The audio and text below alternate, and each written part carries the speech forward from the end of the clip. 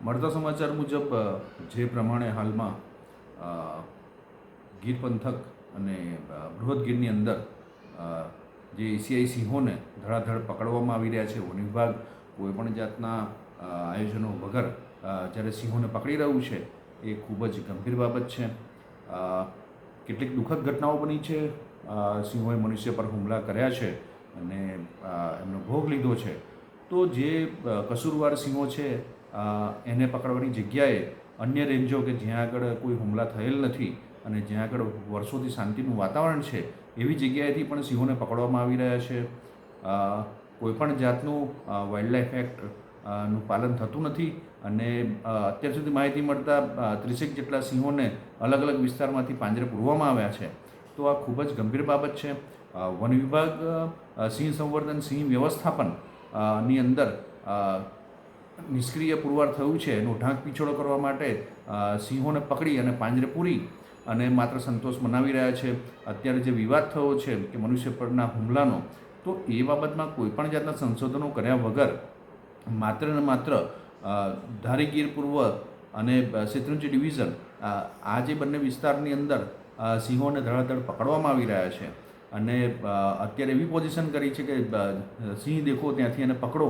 આ રીતની જે નીતિ વન વિભાગે અમલમાં મૂકી છે તે ખૂબ જ ગંભીર બાબત છે.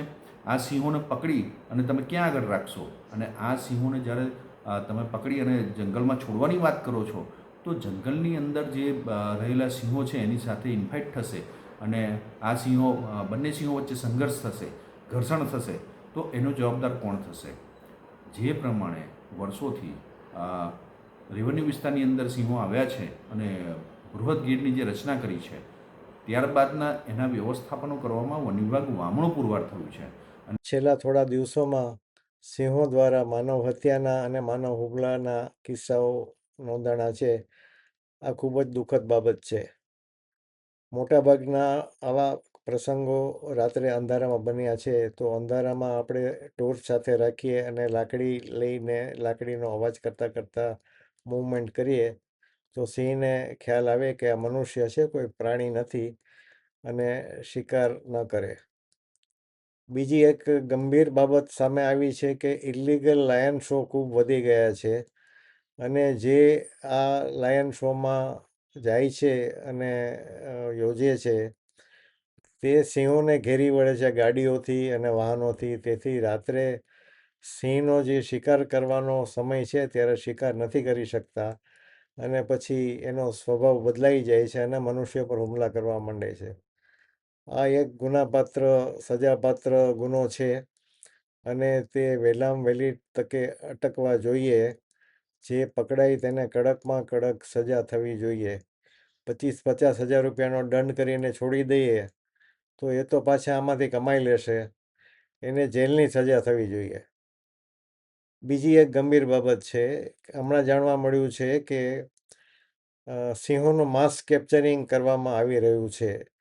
જે કોન્ફ્લિક્ટમાં ન હોય તેવા સિંહોને પણ જો પકડી અને આજીવન કેદ દેવામાં આવે અથવા તો ગીરના જંગલમાં છોડવામાં આવે બીજા સિંહોની ટેરિટરીમાં, તેનાથી પણ ઘણી મુશ્કેલીઓ સર્જાશે.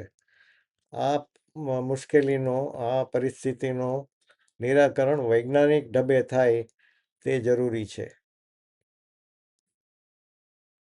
સિંહો દ્વારા જે માનવ મૃત્યુ અમારા વિસ્તારમાં થયા છે એનું ખૂબ જ દુઃખદ છે અને એના પરિવારને પણ અમે સાંત્વના પાઠવીએ છીએ. ત્યારબાદ એ સિંહોને પણ પકડી લેવામાં આવ્યા હતા. સરકાર દ્વારા જાણ પણ કરવામાં આવી. ત્યારબાદ 28 કરતાં વધારે સિંહોને બૃહદગીર વિસ્તારની અંદરથી પકડી લેવામાં આવ્યા છે. તો સરકારને મારે એ જ વિનંતી છે કે 28 સિંહોને તમે ક્યાં આગળ લઈ જશો?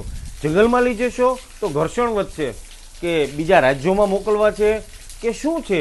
કેમ કે રાત્રે અમે જોતા હોય રોડ ઉપર તો વાહનો જતા હોય છે સિંહોને લઈને.